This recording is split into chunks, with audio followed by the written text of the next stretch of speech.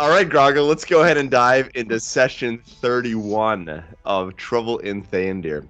So last time we met you, Grogil, you were riding on the Tip's Spitfire, the ship heading towards the island of Garanord and the city of Noradeth in search of the Vambrace of Silas held by the great mage Eleros. And as you remember, traveling on the ship, suddenly there was a magical storm of spiraling energy that came out of nowhere and came upon the ship. And Grogil, you made a fantastic move that you didn't know at the time, but actually saved the ship, maybe saved all of your lives. You ended up tossing one of the potions that you had found down in the hull of the ship, creating something of a portal through which you threw the tiefling girl Helianthus as she disappeared into the portal, and the portal closed up quickly. Now, you, in addition, threw another potion down, creating a second portal, deciding to leave your compatriots, your friends, diving yourself through the portal, and you were immediately wished off, leaving them behind. Now, as you came through this portal, you arrive in a new space, a dark space, a quiet space. And as you begin to walk and move through the space, you found an odd piece of armor, a coal black helmet with the Roman numeral 3 on it. And immediately you don this. And if you remember now, this brings your AC up to a +7 when you have both of these together. The combined breastplate and the helmet. The breastplate, the piece of armor had a Roman numeral 1 on it.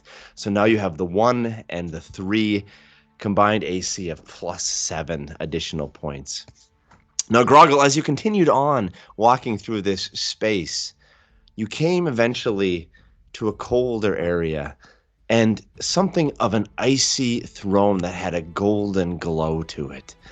And immediately, Grogil, you pulled out your mace and you began to attack the throne. Now, if I remember last, you rolled an attack of a 15. Is that correct? Sure. I believe you rolled an attack of 15 as you hit this throne. And this is where we are now going to pick up on the misadventures of Grogil. I don't know what you're calling them. Adventures of Grogil, the misadventures of Grogil.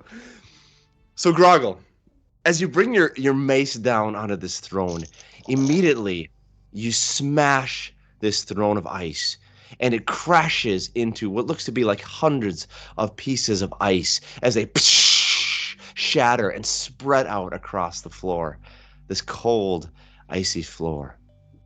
And the room immediately begins to get a little bit lighter as you see underneath the throne, you see something of a symbol there that is illuminated. And it is this which was casting the glow, the golden glow that was illuminating the entire throne. What do you want to do, Grogil? The floor is yours. Okay, so at some point, we have to recalculate what my armor class is. But we don't have to worry about that now, because I'm not sure what it should be. So how big is the symbol? It's about the size of your head, about like this. Okay, I want to touch it. Okay. The symbol, strangely enough, is it's warm to the touch, actually quite hot to the touch. As you go on to touch it, your fingers immediately sort of pull off instinctually because it's actually quite hot. And if you look, the ice that was around it begins to melt. Give me an intelligence check, Grogil. So that's just with my intelligence modifier. Yep. Underneath the intelligence. Yeah, which is probably minus something. Yeah, it is. 14. Modified 14. Okay. Grogil, surprisingly, you see this symbol, and it looks like something like the face of a sunflower. And you begin to think about this symbol. You've seen this symbol before. You recognize it. You've seen it, strangely enough, in the Sincari Academy in Theondir. You also remember seeing a similar marking on the body of the small tiefling girl, Helianthus. On the back sides of both of her hands, there were small tattoos that had the same sort of symbol. And strangely enough, the symbol is oddly similar to the storm. The shape of the storm, the twisting, shaping, spiraling storm that you saw above the ship when you disappeared into the portal. Okay. So I'm in a big room, right? And any other obvious doors or? And as you look around, give me a quick investigation check.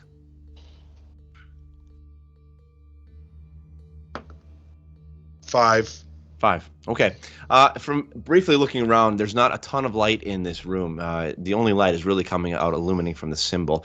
You see that it does look like there's walls around you. There is a ceiling above you, a darker object above you, and it's difficult to see. You don't see any doors at this point. Okay. I want to. How big is this room? It's pretty large. I mean, you can tell from the noise that you've been making that it's a pretty echoey chamber. And can I see the end? Can I see the end of it?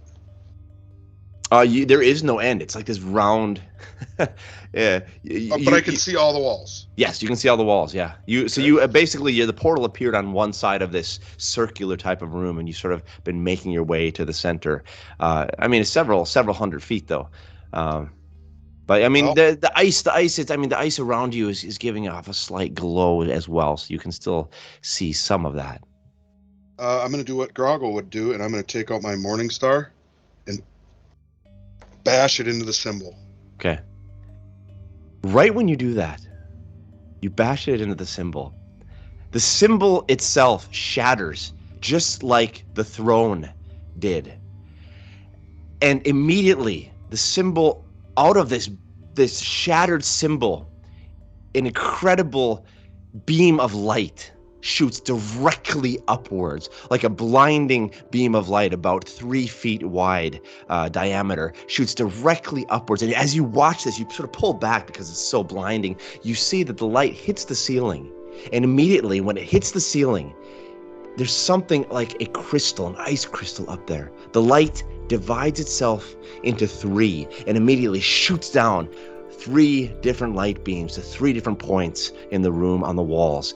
And immediately now you see that the room begins to heat up as these walls where the light hits begin slowly to melt, creating small openings, 3 of them in the room. Now the temperature in the room is heating up ever so slowly. And as it is, you notice that the pieces of ice on the ground from the throne begin to vibrate ever so slightly and to jump, as if excited by a strange kind of energy. And with the movement, the pieces begin to liquefy, being drawn together almost like mercury into 3 large pools around you. And there's a blast of a sudden wind. A freezing chill sweeps through the chamber as the liquid instantly begins to crystallize. And the crystals begin building upon one another, creating pillars of ice rising from the floor. The pillars continue to morph into what seems to be humanoid torsos, arms, and heads. And suddenly you see cold, empty eyes of white ice as 3 massive ice creatures over 12 feet tall are now standing before you. And they lunge towards you. Grogil, I want you to roll for initiative.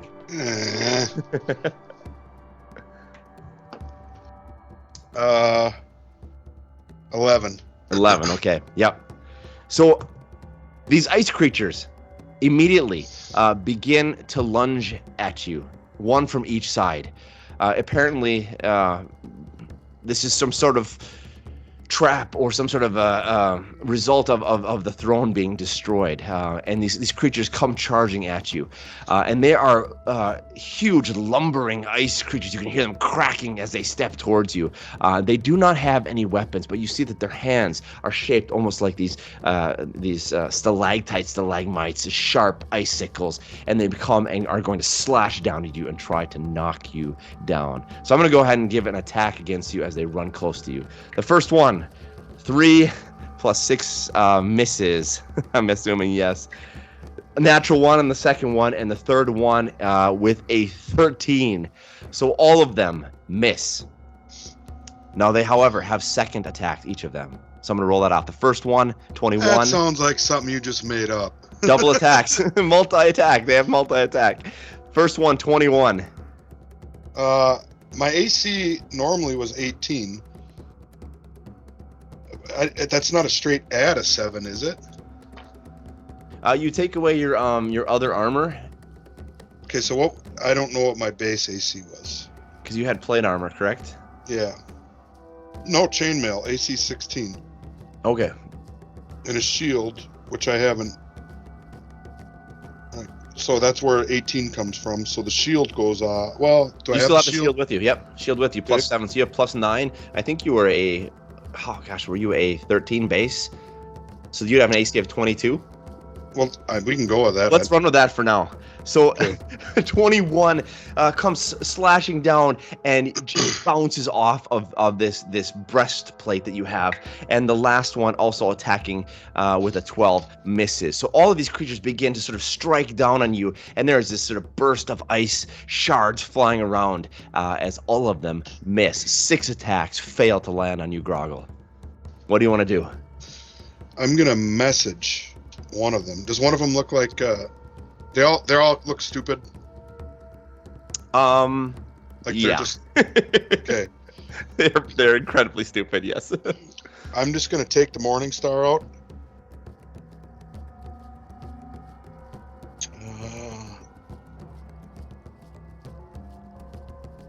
I think I get an extra attack. Yeah, I get 2 attacks now. So I'm gonna go after one twice. Well, Yep. I'm gonna go after one once. Okay. That is a attack bonus Morning Star. That is a 22. 22 is going to hit. Right, I'd go off the attack bonus on the weapon in the. Yep. Yeah. It's a 1. Do I do damage right away? I suppose. Yeah, go for it. 1d8 plus.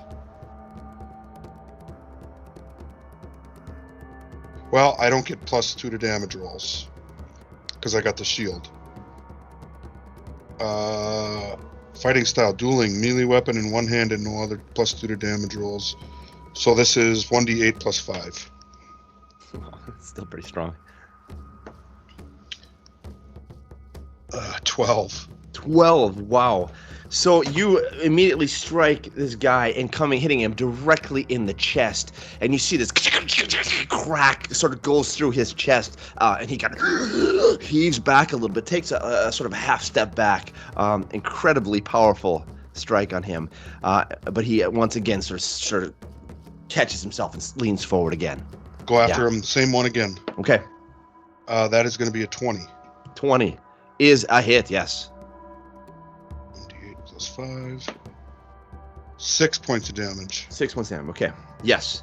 So once again, you strike this time, hitting him sort of on the left side in the torso, and chunks of ice begin to fly off of him when you strike him. The other 2, seeing this now, are going to both charge into you again and take attacks on you. So let's have one of them on the furthest left of you. First attack, natural 1. Second attack is a natural 20.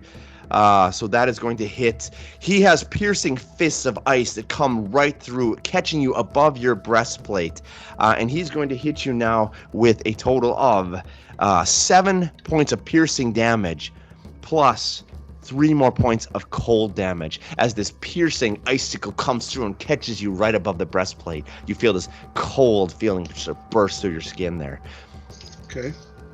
The next guy, also running over to the side, comes with a 16. He is going to miss you this time as well. Once again, bouncing off the breastplate. Now, I need you, because he missed, give me a Constitution check, because you have these breastplate and helmet on. So roll a d20 and add your Constitution bonus. 11. 11. An 11, really? Oh, man. Yeah. Okay, so, wow.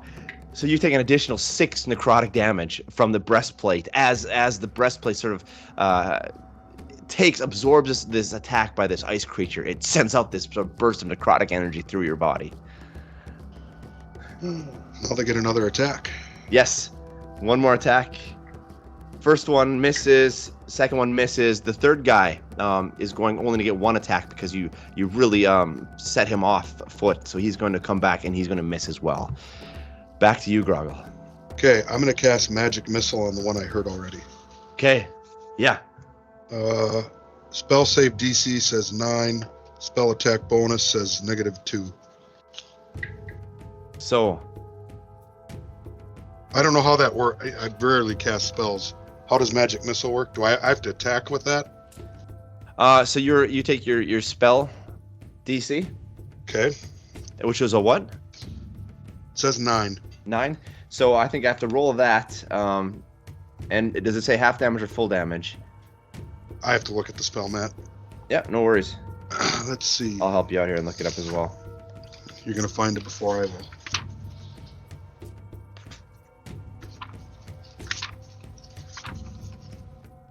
So you create 3 glowing darts of magical force. Each dart hits a creature of your choice that you can see within range. A dart deals 1d4 plus 1. The darts all strike simultaneously. You can direct them to hit one creature or several. So it's an auto hit here. Well, then I'm going to send one at each. One at each, okay? Yep. So 1d4, roll them all Yes. separate. Roll them all together. Do I have one? I only have 2 4s. 2 4-sided dice. Roll one. I'll roll 1 3 times. Just so it's fair. So the first one, the one that already has some damage. Yep. 4. Okay. It's 4 plus anything or just 1d4? Sorry, I just had that one. 1d4 plus. Hold on, I just closed it up. I should know the spells better. 1d4 plus 1.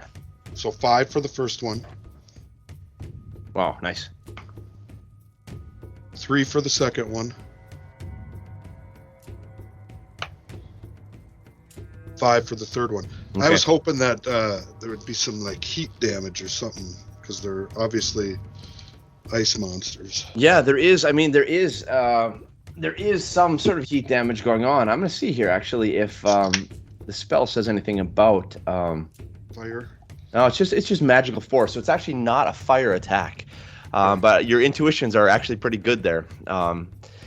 These guys might be more susceptible to fire attack because they are indeed ice creatures. I've played enough video games.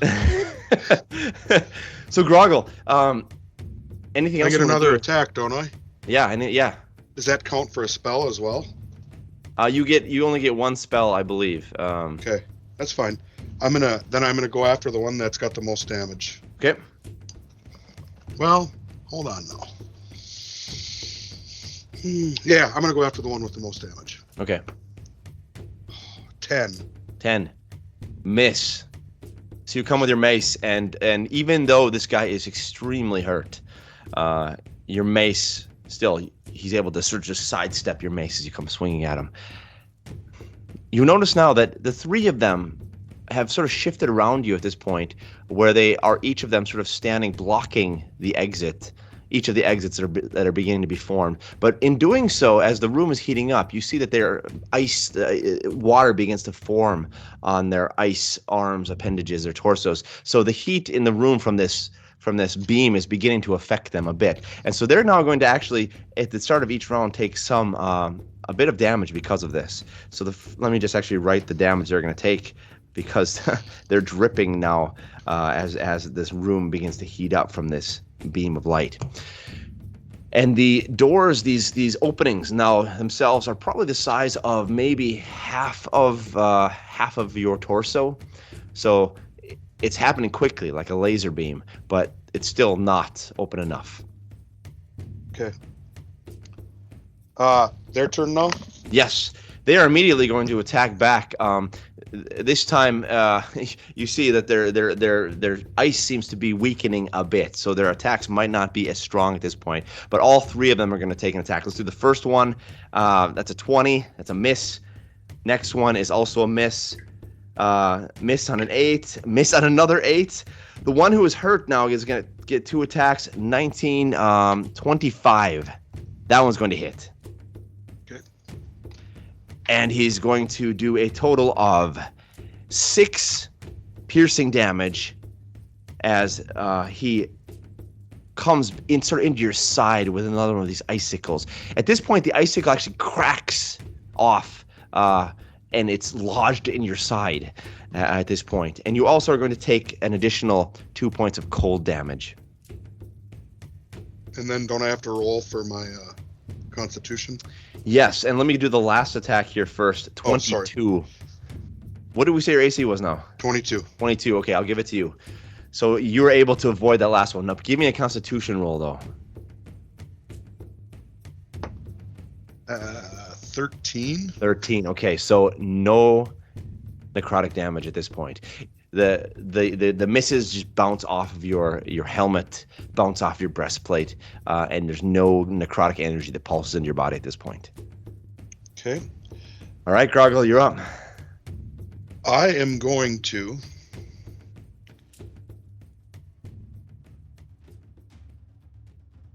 attempt to tumble and roll in a gap between two of them. Okay. I like no. Is that my athletics or? Give me a general dexterity roll. Okay. With your dex bonus. 3. 3. I'll say this, with a 3, you're not going to get very far, and as you try to pull away, they're going to get an attack of opportunity, each of them, on you. So you're able to get, say, to the ring where they are, but they're still all going to be able to attack you. So if I want to use my action surge, does their attack of opportunity come before that? That would make the most sense. Yeah, I would say so. Yeah. Okay. So first one is going to miss with an 11. Second one, natural 20. Oh no, double damage. Luckily, we had a rest or something because I was at full hit points. Yes. Double damage. Here we go. You are going to take an 11 points of piercing damage plus 3 points of cold damage. So a total of 14 damage. Ooh, how are you doing now? 31. 31, okay. And the last one, attack of opportunity, is going to miss with a 14.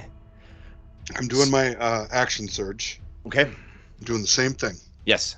General dex? Give me another general dex roll. 9. 9. Okay, I will say because you're in the ring, you're able to pull yourself out of the ring if you want to make a movement. I'm going to run towards one of the doors. Okay. 30 feet. Which one? Okay. So here's the question now. You have a northern hole, you have a southwestern, and a southeast. Which one of these three do you want to run towards? Well, okay. I suppose we can backtrack and I could pick what other gap I was at. Southwestern. Southwest, okay. And the holes now are maybe the size of your torso. You're going to have to run, and they are going to be able to get either try to chase you down and attack you. You're going to have to run one more round dash to get to the wall. Okay. So as you are running... Now, if I cast the spell, that extra attack is only if I attack, right? Yeah, correct. Okay. If you're dashing, if you're using your action to dash, then that's all you're going to be able to do. Okay. But with a dash, you should be able to reach the wall. And as you're running, all three of them will stand in place, turn around, and you see now all of them sort of throw their arms out, and the icicles that they have sort of as appendages, hands, sort of crack off of their hands and come flying at you like projectiles, like icicle projectiles at you. So the first one, they only get one attack though when they do this. The first one is going to attack you for a 13, miss. Second one, a 17 is a miss, and finally the third one is going to be a 19, a miss. Okay. So these icicles just come flying around you, but you do actually need to give me a Constitution save as some of the icicles struck your armor.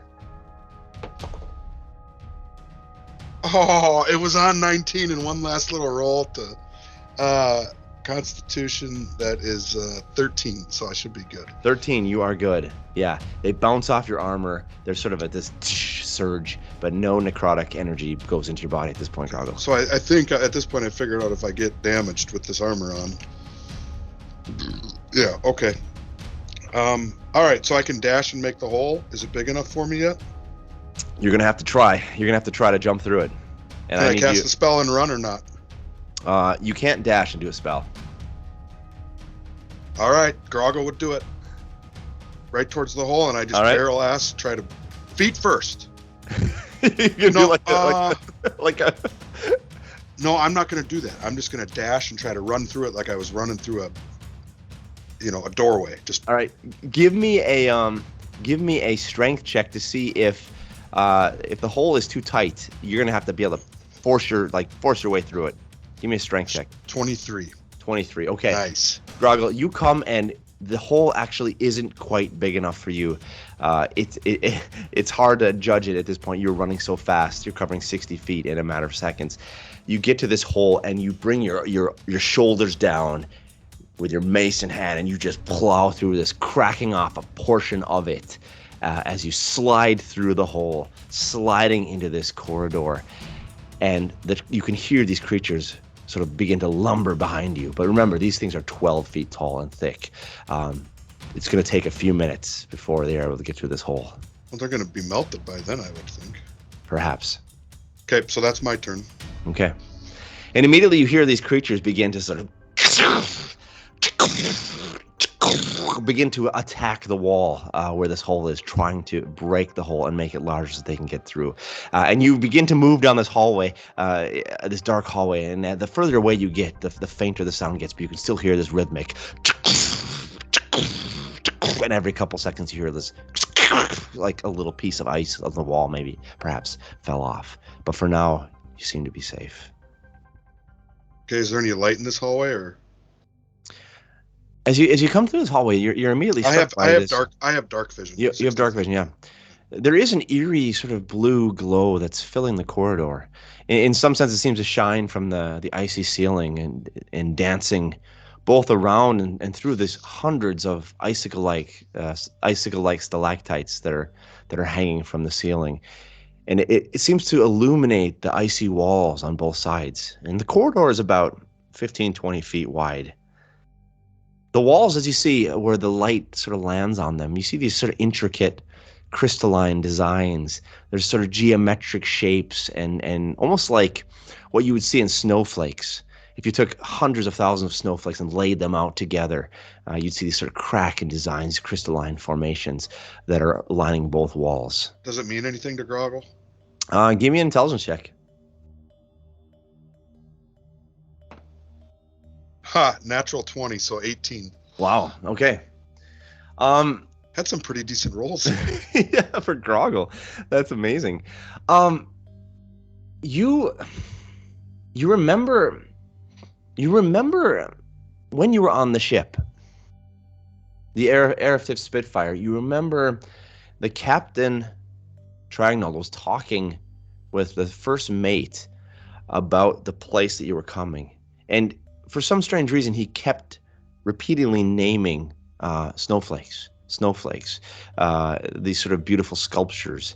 You don't know why, but you get a sense that there's some significance with these patterns, with these snowflakes, with these designs that's connected to the place where you are. Would Grogil know? Would Grogil, being smart enough to take his helm, his head, and put it and touch the wall? I don't know. What do you think? What do you think? No. No, I don't think so. Okay. Well, then we'll say he won't. Yeah. Gotta play it right. We need a 2-minute break. I gotta go to the bathroom. So all right. Cut that out. 2-minute break? Give me 5. Perfect. All right. Bye.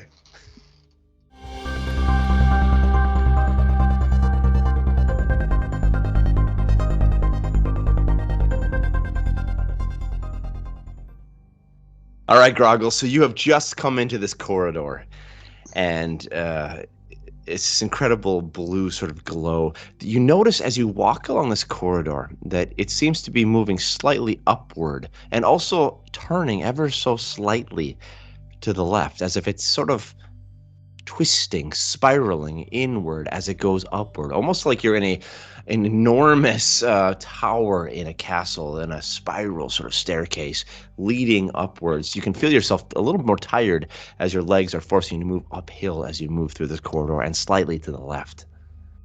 Okay, so can I hear any noise from the ice giants or whatever they were? You can still hear a little bit ever so quietly. I'm gonna sit down. I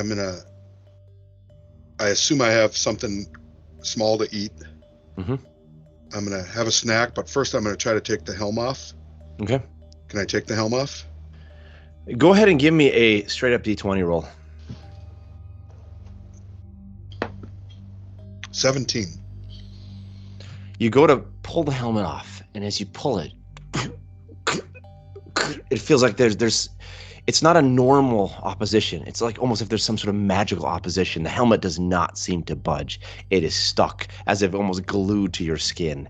It's become almost like one with your head at this point. Okay. It doesn't come off. I've eaten a snack, and I'm just for 5 minutes, I'm going to lay down just flat on the ground and not sleep, but just rest. Okay. So put my helm, the armor up against the floor, and just rest for 5 minutes. You hear this.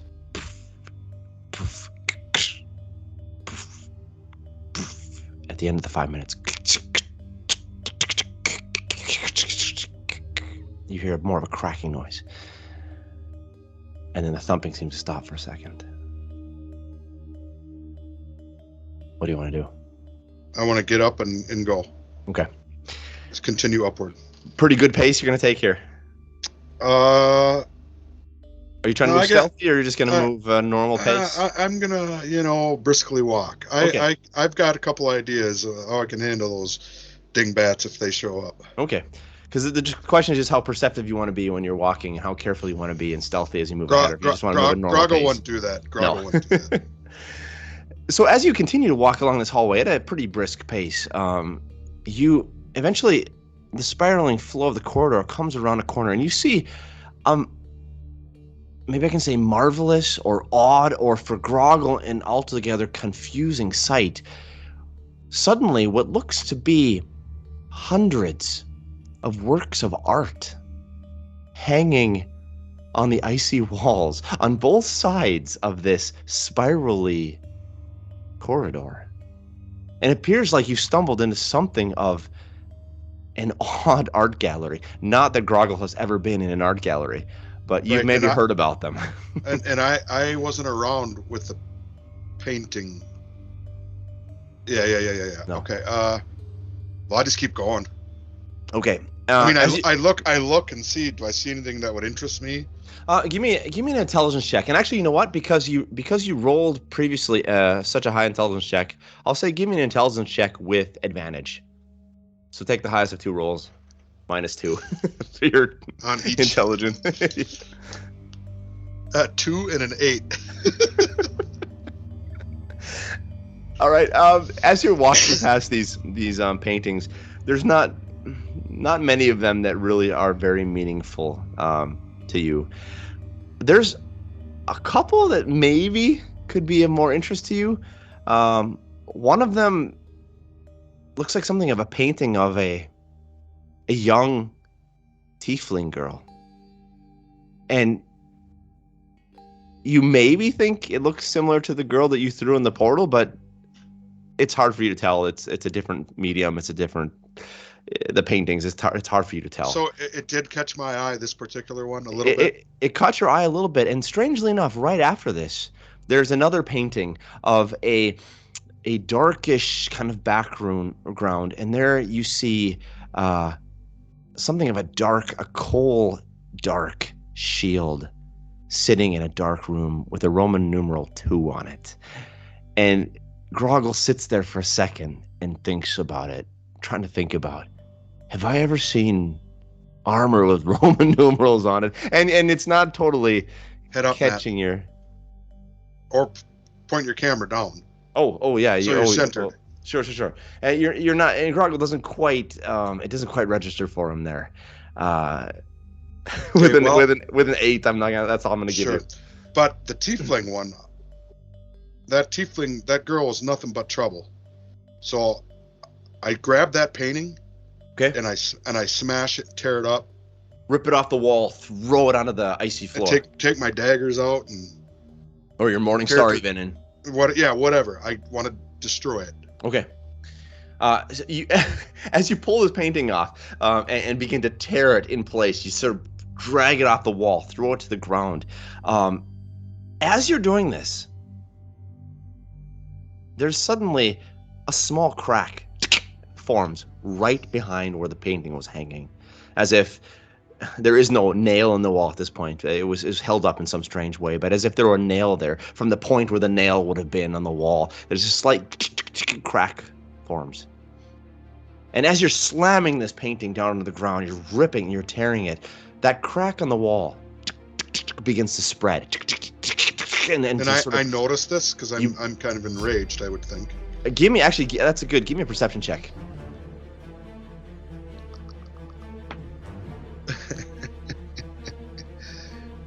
Seven. Okay. You don't notice this. You are sort of stamping out this painting on the ground. You're sort of jumping on it. And as this crack goes through the wall, you don't notice it. It begins now to cover the entire wall. And at this point, it hits the floor and begins now the floor to crack. And at this point, you notice as the cracks begin to move towards your feet, getting bigger and bigger. And suddenly you see, as these cracks come around your feet, the floor where you're standing begins to buckle ever so slightly and to shatter. Grogil, give me an athletics check. Oh, that's good.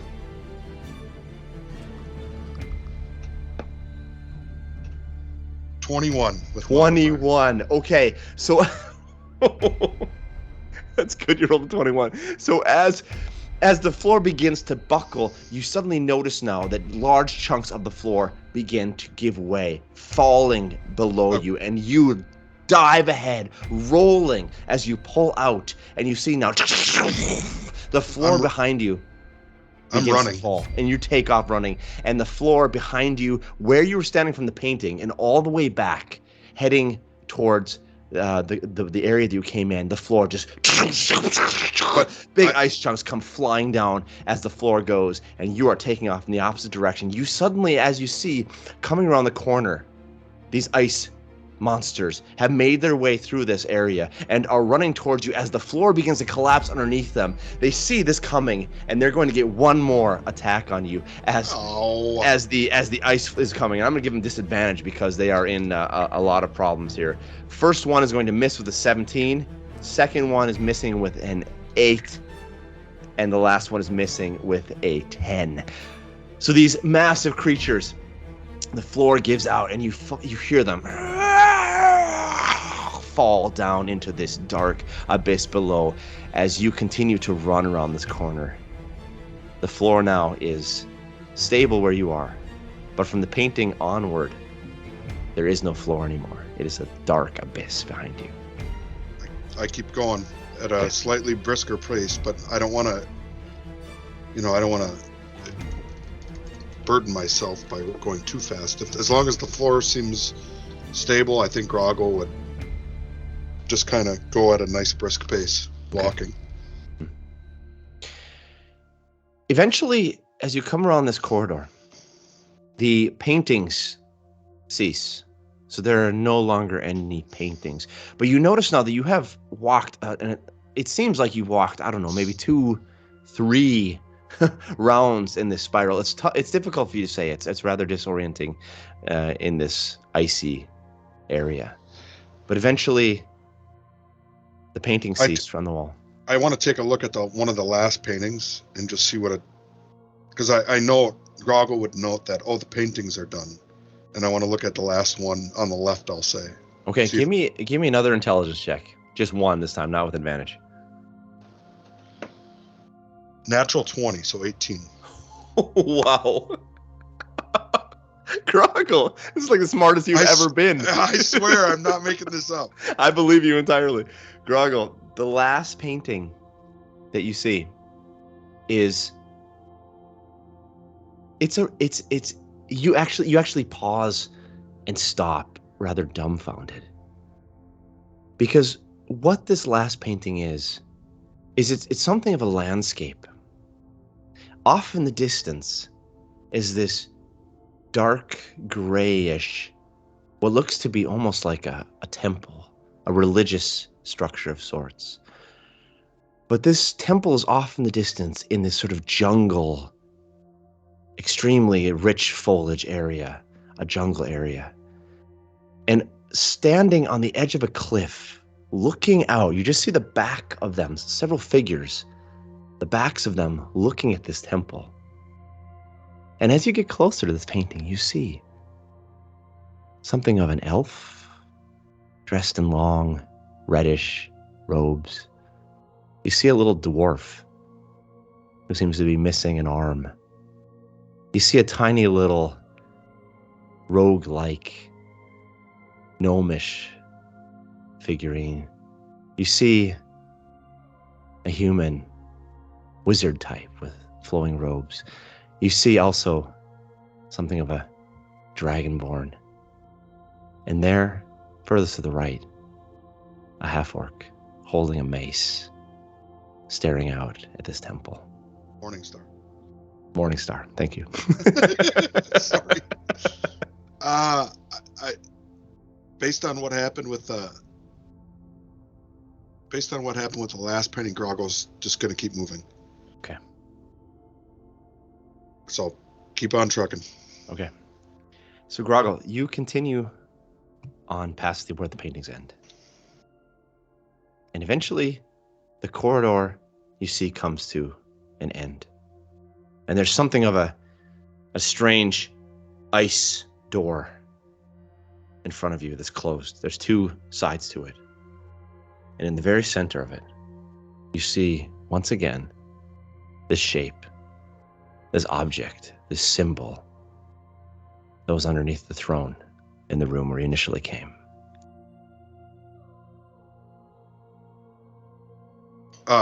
It's not a 2.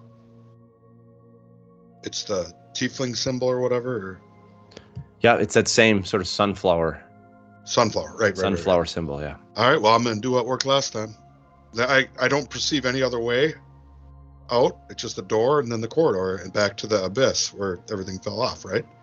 Okay, I take my Morningstar and I bash on it till I bash on it. Okay. As you come down and you bash on this symbol once again, something similar happens. The symbol shatters as if ice. And immediately, this beam of light shoots directly out into you, hitting you on the breastplate. And now I need you to roll a Constitution save. As you feel the breastplate is beginning to heat up, as if there's some sort of necrotic energy that is fighting this beam of light that is hitting you in the chest. Constitution? Constitution save, yeah. 9. 9. Grogil. Shit.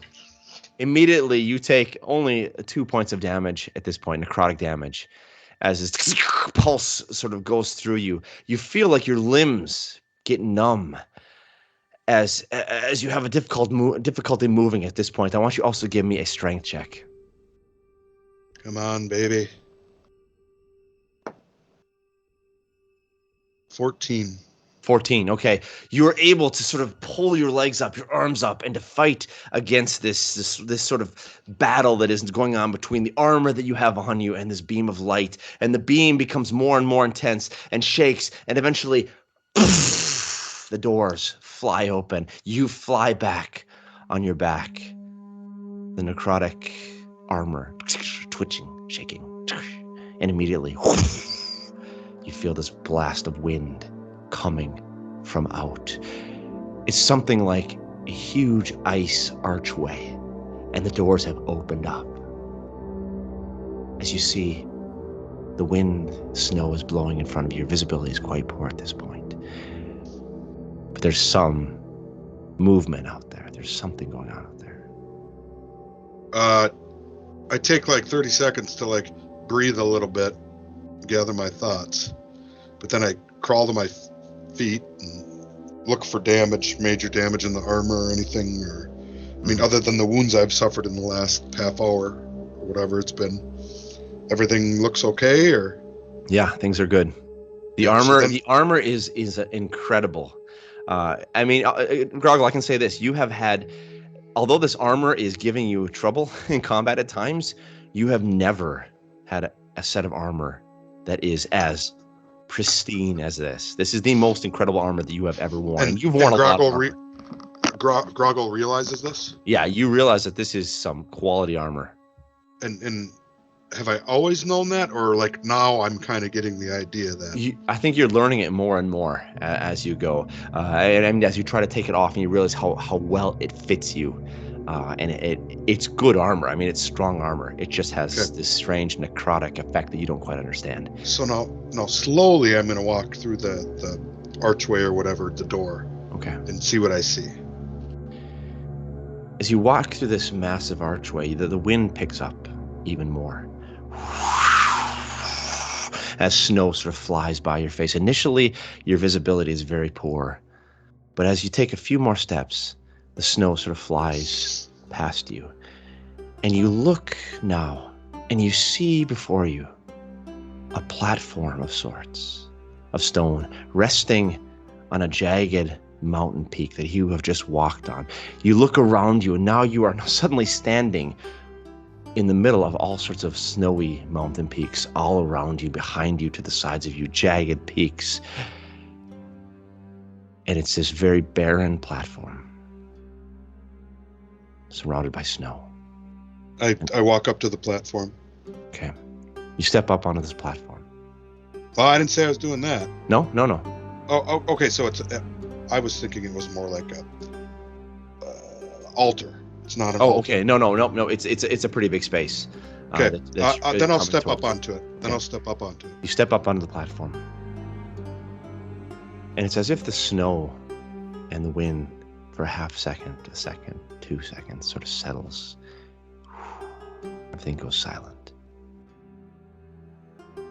And then you hear suddenly around you, difficult to place, or perhaps it's just in your head. It's hard for you to say. You hear this booming voice. I knew you would eventually come, and I've been preparing for you. A blast of wind and snow white out Grogil. You lose visibility entirely. And this is where we will end the session for Grogil. Oh, come on. Really? Yep.